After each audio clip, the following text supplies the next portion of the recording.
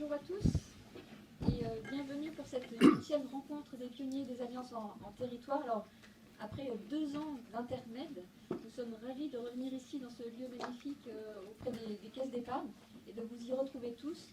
Et puis bien sûr, je pense et je salue aussi tous les participants qui nous suivent en direct et en ligne depuis le site des catalyseurs territoriaux. Alors, depuis 2015, ces rencontres, chaque année, se font ici, dans ce lieu. C'est un élément de stabilité pour nous et donc je voudrais remercier très très chaleureusement la Fédération nationale des caisses d'épargne qui nous y accueille chaque année. Et ça me laisse l'occasion de vous laisser la parole. Monsieur Massé, vous êtes directeur général de la Fédération nationale des caisses d'épargne. La parole est à vous. Merci bien et bienvenue à tous. On est vraiment ravis d'accueillir les 8e rencontres des pionniers des alliances en territoire. Effectivement, on n'en a pas raté une seule. Et en discutant tout à l'heure avec Charles Benoît, il me disait que même pendant le confinement, je le cherche, et lorsqu'on était en ligne, 100% en distanciel, c'est d'ici qu'on faisait ces rencontres-là. Donc on est vraiment ravis de vous accueillir à nouveau aujourd'hui. C'est pour moi la première fois, puisque je suis directeur général de cette institution. Alors je crois que j'ai plus de son, si. Depuis septembre 2021 uniquement. Donc l'occasion pour moi peut-être de vous resituer la Fédération nationale des caisses d'épargne, puisqu'on l'a fait beaucoup évoluer durant cette dernière année. Alors déjà, vous êtes ici dans une partie du groupe BPCE, qui est le deuxième groupe bancaire français. Plus trop de souvenirs de qui est le premier, mais en tout cas, on est deuxième groupe bancaire français. C'est 110 000 personnes, 25 milliards de PNB, c'est 4 milliards de résultats. Donc c'est un groupe vraiment extrêmement solide qui comprend les banques populaires, banques de professionnels, créées par des professionnels et pour des professionnels qui ont leurs spécificités, qui comprend Natixis, la banque globale, banque de gros qu'on appelait par le passé BFI, qu'on appelle plutôt banque de grande clientèle maintenant. Et qui s'occupe de toute la partie banque vraiment de gros et de grande clientèle sur l'ensemble de la planète avec des implantations partout, et les caisses d'épargne d'un autre côté. Et vous vous trouvez ici dans la maison des caisses d'épargne, donc au sein de cet ensemble qu'on appelle souvent un ensemble violet, parce qu'il y a du bleu et du rouge, et BPCE, sa couleur est violette. Et donc au sein des violets, les dirigeants rouges se retrouvent ici, à la Fédération nationale des caisses d'épargne, et c'est ici qu'on discute de toutes les spécificités liées au réseau des caisses d'épargne. C'est un peu l'organe politique du groupe. On a un organe central, Banque Populaire, BPCE, mais ici, à la caisse d'épargne, on est l'organe politique. Alors, la fédération avait un petit peu, ces derniers temps, du mal à trouver sa place dans le groupe. 110 000 personnes, encore une fois. Ici, on est une petite fédération, on est 36 personnes. Mais par contre, tous les dirigeants s'y retrouvent. Puisque lorsqu'on fait des conseils d'administration, on a ici les présidents de directoire et les présidents de conseils de surveillance. C'est paritaire de l'ensemble des caisses d'épargne. Elles sont 15, donc on a 30 présidents qui se retrouvent ici à chaque conseil d'administration. Alors on s'est dit, depuis que je suis arrivé donc en septembre 2021, on va redéfinir vraiment la mission de la Fédération nationale des caisses d'épargne au sein de ce groupe, à une époque où on retirait Natixis de la cote, souvenez-vous, et on est devenu maintenant un groupe bancaire coopératif de plein exercice. Et on est le premier même groupe bancaire européen non coté. Donc on a redéfini ce qu'était la mission de la Fédération nationale des caisses d'épargne, et on s'est dit, on est arrivé, après beaucoup d'échanges, à la définition suivante, que la Fédération avait pour mission de développer le modèle coopératif caisse d'épargne. Donc nous, ici, on est là pour développer, au sein de BPCE, le modèle coopératif caisse d'épargne. Et donc le modèle coopératif caisse d'épargne, à cette occasion-là, on l'a redéfini également. Et on s'est mis autour de la table avec les dirigeants et puis les salariés, les directeurs de la fédération. Et on a redéfini ce modèle-là. Et on est arrivé sur une définition autour d'un trépied et qui correspond, je trouve, très bien à votre assemblée aujourd'hui, à cette rencontre des pionniers des alliances en territoire. On a donc une définition des caisses d'épargne qui sont autour de 3 points principaux. La première, c'est qu'on appartient à nos clients sociétaires. On appartient à nos clients, c'est pas uniquement, il y a une banque qui a beaucoup communiqué là-dessus, mais bon, nous aussi, on a le droit de le dire, on appartient à nos clients, c'est la première spécificité des caisses d'épargne. La deuxième spécificité, c'est qu'on est 100% régional. On a 15 caisses d'épargne qui sont complètement autonomes en région. On collecte en région, on prête en région et surtout on gouverne en région. Nos 15 caisses d'épargne sont totalement autonomes, ce sont des vrais banquiers en région. Et nous, ici, on fédère leurs actions pour leur donner plus de puissance, plus d'impact. Mais les banques, les caisses d'épargne sont des banques régionales de plein exercice, 100% régionales. Donc on appartient à nos clients, on est 100% régional. Ça, il y a encore peut-être une banque en France qui pourrait dire la même chose. Le troisième élément de ce trépied-là, par contre, personne ne peut nous le voler, c'est qu'on a toujours été pionnier dans les transitions de la société. Et c'est vraiment le terme qu'on a défini sur notre définition de notre modèle coopératif, caisse d'épargne. Et c'est qu'on est pionnier sur les transitions de la société. Dès notre création en 1818, on a été pionnier puisque on était créé pour faire face aux besoins des plus pauvres, pour épargner et faire face aux difficultés futures, sachant qu'il y avait à l'époque ni mutuelle, ni sécurité sociale. C'est pour ça qu'on a été créé.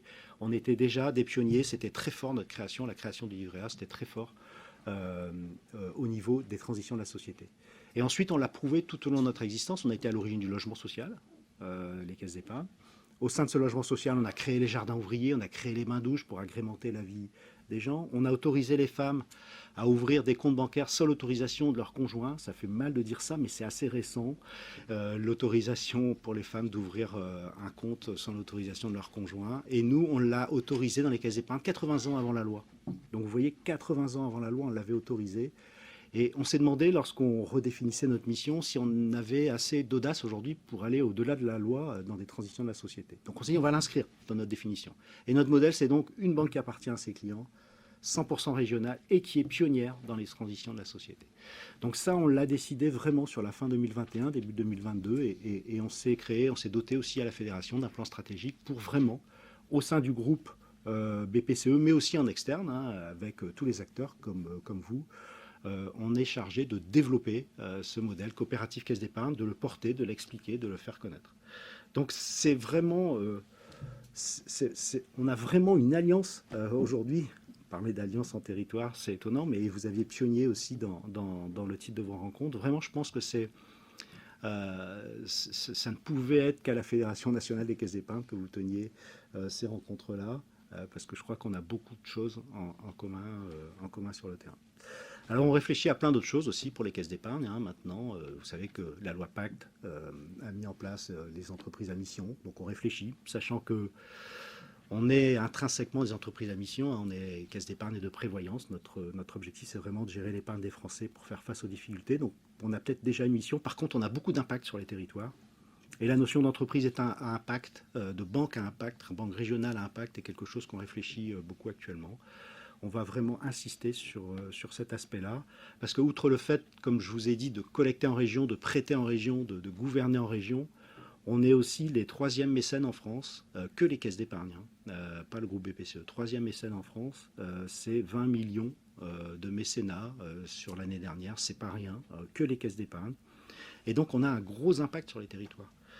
Et on a en charge ici à la fédération de fédérer ce mécénat-là pour qu'il ait beaucoup d'impact, pour qu'il soit coordonné, mais aussi communiquer sur le fait que nous, Caisse d'épargne, on a de l'impact sur les territoires. Donc on a fait là actuellement un premier appel à projet avec l'ensemble des caisses d'épargne sur un thème spécifique qui est la jeunesse. On s'est rendu compte avec la crise du Covid que les jeunes avaient beaucoup souffert, mais tout le monde s'en est rendu compte, on s'en est rendu compte assez vite. Et on s'est dit on va faire un appel à projet tous ensemble.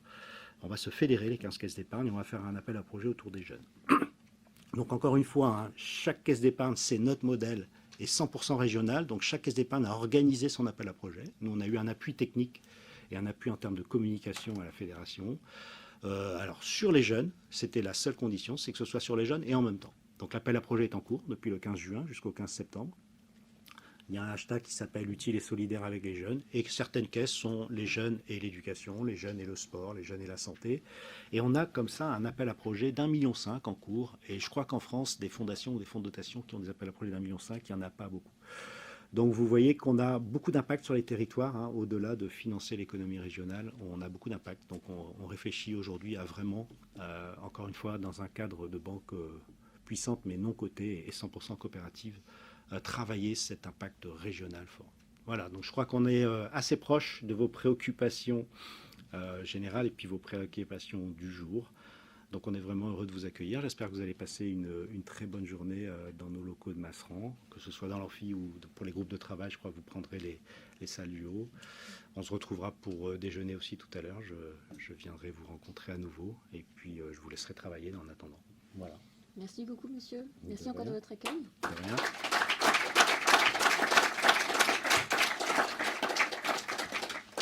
Alors pour, Je vous laisse travailler. merci, au revoir alors. À tout à l'heure. Alors pour introduire cette journée, je laisse la parole à Frédérique Marquet, qui est l'une des coprésidentes du réseau. Frédérique, c'est à toi. Bonjour à tous et à toutes. Donc moi je vais vous parler du réseau. Donc merci Monsieur Massé. Donc le réseau est un réseau de 350 acteurs qui proviennent d'univers différents et qui agissent au service de leur territoire. Bon, ça c'est pour les plus néophytes d'entre vous. Ce réseau a été créé en 2014 pour partager entre pairs les pratiques de ce que l'on appelle les catalyseurs territoriaux. Alors pour ceux qui débuteraient vraiment, qu'est-ce qu'un catalyseur? C'est un tiers de confiance qui relie les mondes différents et qui génère des liens. Et donc forcément, il est polyglotte pour passer d'un monde à l'autre et pour permettre la fluidité de ces rencontres et de ces liens.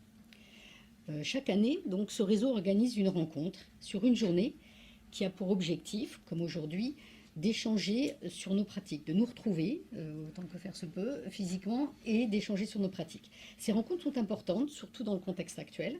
Elles permettent de se voir, de se revoir, d'échanger sur nos pratiques de coopération, de montrer que ça crée de la valeur, mais aussi de débattre sur le faire alliance.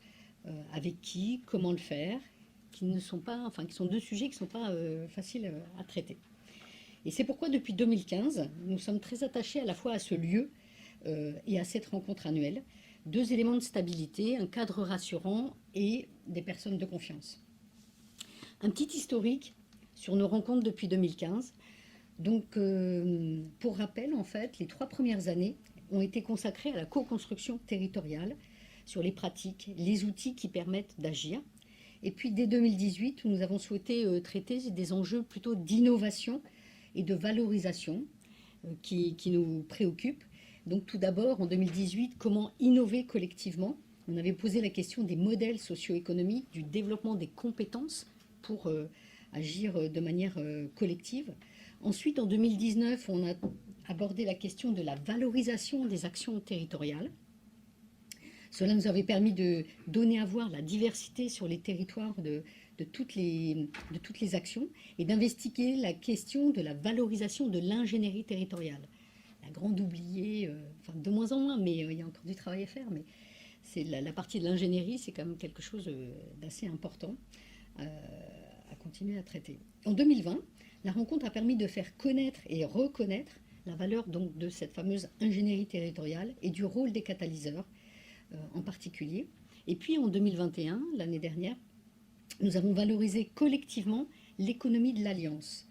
L'objectif était de montrer que les alliances sont source de création de valeur, à la fois pour ceux qui s'y engagent, les partenaires, pour les territoires, et qu'il y a un aspect de frugalité qui est assez important, puisque chacun agrège ses compétences et que, du coup, ça permet aussi d'avoir quelque chose de beaucoup plus frugal. Donc, ça permet vraiment quelque chose, un apport important. Donc ça, c'était l'année dernière. Donc cette année, notre objectif est de commencer à nous projeter. Nous sommes à mi-chemin de l'agenda 2030, des objectifs de développement durable. Et donc c'est une occasion de prendre le temps d'apprécier à la fois le chemin parcouru et aussi de commencer à poser les premières briques de notre ambition. Que faut-il mettre en place collectivement pour réussir l'agenda 2030 ? Donc c'est ce que nous allons voir tout au long de cette matinée. On entendra des témoignages d'acteurs territoriaux et nationaux, des porteurs de projets et des porteurs d'ingénierie également, qui sont tous actifs et volontaires pour œuvrer aux ODD. Et donc nous verrons comment. Alors je vais rajouter un petit mot que je voulais aussi vous dire, pour vous dire que, et d'ailleurs les masques roses qu'on vous a donnés avaient cet objectif-là, c'est que nous avons vraiment souhaité construire cette journée sous le signe de l'optimisme. Alors dans le contexte politique, sanitaire et international actuel, que nous ne sous-estimons pas, c'est sans doute un petit peu gonflé comme posture, mais nous voulons volontairement vous transmettre un message disruptif, comme on dit en innovation. Si nous sommes là aujourd'hui, c'est que ce réseau a vraiment une raison d'être. il est encore là, il est en mouvement et on est encore là aujourd'hui. Donc, cette rencontre, c'est un peu notre bol d'air.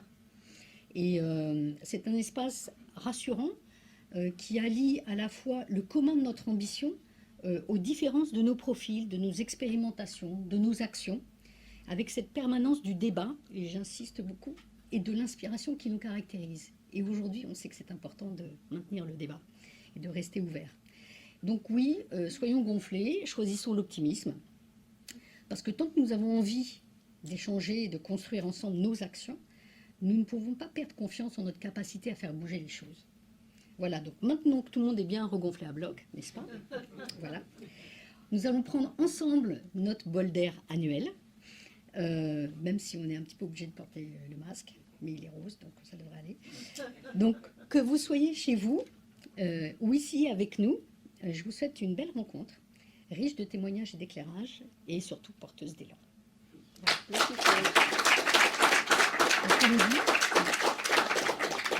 Je te laisse présenter la matinée. Merci beaucoup Frédéric et merci pour ce message optimiste et positif pour la journée.